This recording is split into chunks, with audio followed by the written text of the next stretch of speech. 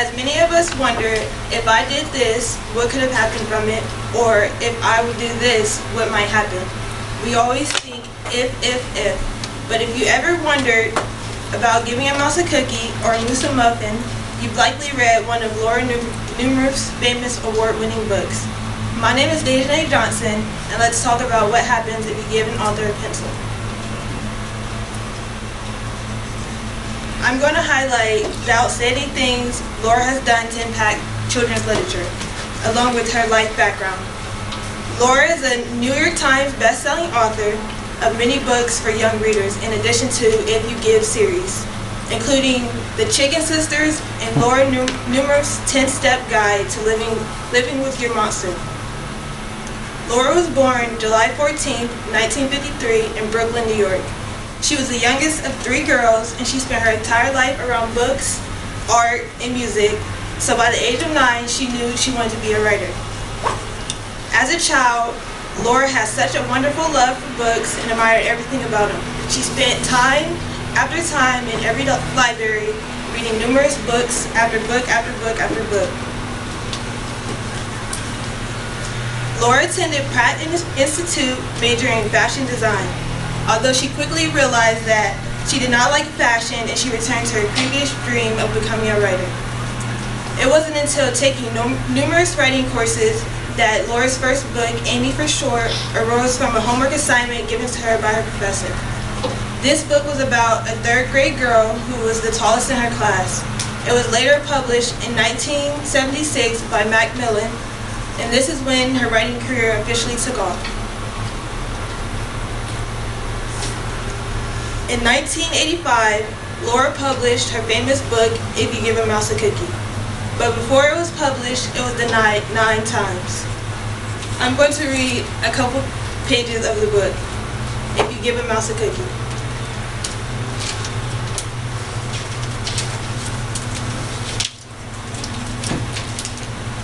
If you give a mouse a cookie, he's going to ask for a glass of milk. When you give him a glass of milk, he'll probably ask for a straw. When he's finished, he'll ask for a napkin. Then he'll want to look in the mirror to make sure he doesn't have a milk mustache. When he looks into the mirror, he might notice his hair needs a trim. So he probably asks for a pair of nail scissors. And when he's finished giving himself a trim, he'll want a room to sweep up. He'll start sweeping, and he might get carried away and sweep every room in the house. So as you can see, this book describes a set of events that occurs after a boy gives a mouse a cookie. Once the mouse is given the cookie, he asks for a glass of milk, which leads to a series of additional requests. Each event that occurs makes the mouse want something new, creating a seamless end to a stream of demands. In the end, the mouse asks for another glass of milk, which makes you wonder he's going to want another cookie.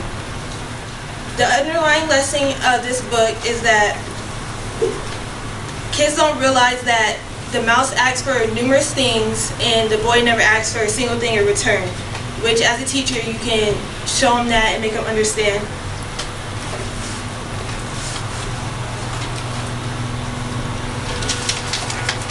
Also, she has more books, and in this series, the titles follow a consecutive format of if, then, and is a cycling story, meaning it ends exactly where it began. And the reader followed characters like mouse, moose, cat, dog, and pig through a chain of events surrounding the concept of what happens.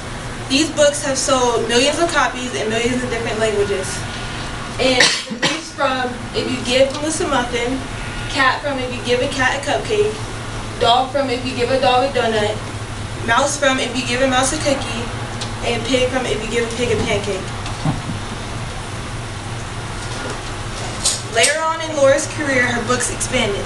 According to Laura Numerous Early Life Career Awards and more, Oprah Winfrey chose 2 of her books for her kids' reading list. Also, Laura was one of top 10 who were invited to the White House by Lady Laura Bush and honored for her If You Give series at the Laura Bush Celebrates American Authors event during Literacy Day.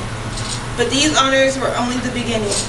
She said that I'm always thrilled at the success of Mouse, but it's very surreal, especially when I see my name in the same paragraph as Dr. Seuss and E.B. White, who are two of my idols. It's definitely a dream come true. Although she's made If You Give series, she's made numerous more books. One of her books, Laura Numerous 10-Step Guide to Living with a Monster. This book is about the best way to choose and care for a monster, and it is a great way to teach kids responsibility.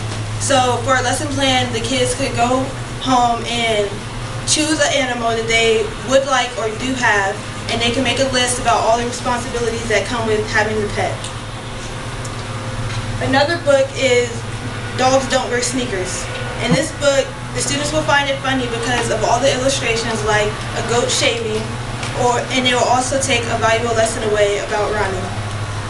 The easiest lesson plan about this would be have the kids go home and interview their parents about a pet that they have and the things that the pet does, like if they have a dog that sleeps a lot or a guinea pig that eats a lot.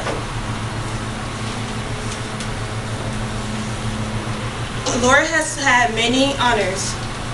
She has won California Young Breeder Medal in 1987, Colorado Children's Book Award in 1988, Georgia Children's Picture Storybook Award in 1988, Nevada Young Breeders Award in 1988, Buckeyes Children's Book Award in 1989, Quill Award in 2006, and the Milner Award in 2007. And she just says that, I just have a love for reading. I can't see myself doing anything else. Laura's involvement. She has visited over 100 elementary schools in an effort to help children and inspire them to read her books. She donates some of her book royalties to First Book, a nonprofit organization that provides books for kids who can't afford them. And she also donates all of her royalties from the Hope Tree Kids Talk About Cancer to the Susan B. Komen Breast Cancer Foundation. Numerous says that she tries to touch as many lives as possible throughout her career.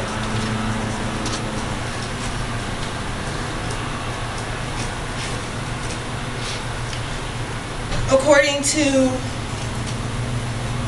20 Questions with Children's Book author Laura Newmer, she says that in her free time, she makes bookmarks with children in hospitals in Los Angeles. The importance of literacy for children. Reading books to children helps build comprehension skills and helps develop attention and receptive language abilities. Children can also develop communication skills and promote new language through exposure to a rich, more expanded vocabulary. Also, children who are read to from an early age have a greater chance of success in reading.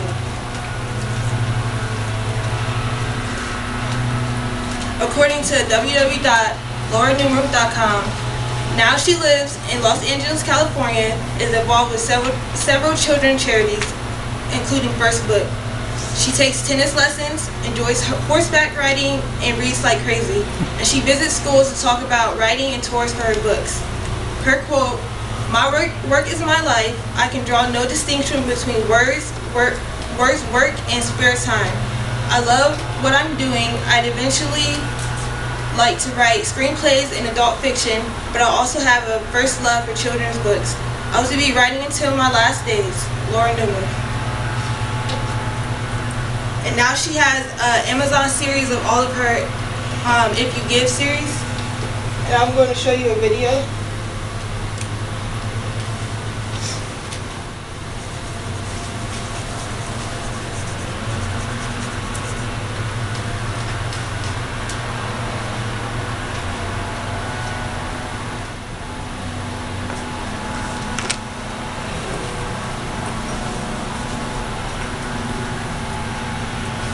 I'll put mine in the sound. Check the sound from the wall. So volume modification. Alles geht zack.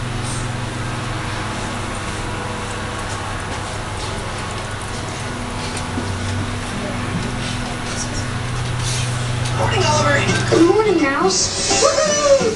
Listen, it's morning music, and if I hear morning music, then woohoo! Morning dance, ooh, ooh, ooh, ooh. Going up, woohoo! I've never seen a day so beautiful. Who's in trouble? And if someone is in trouble, then the masked mouse has to help. My oranges! No problem for the masked mouse. Can I have that? Sure. What for? Oliver, this is the best stick ever. I'm rolling. Yeah! Hi, Mouse. Hi, Cat. Hi, Pig. Hi, Moose. We're on a mission. Oh, a mission. That sounds exciting. There's only one thing to do. Explore!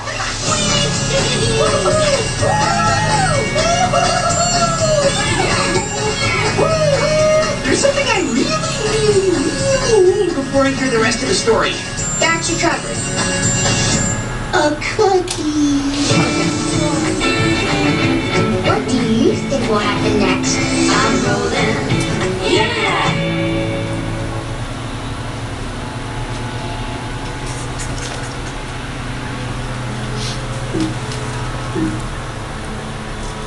And here are our references.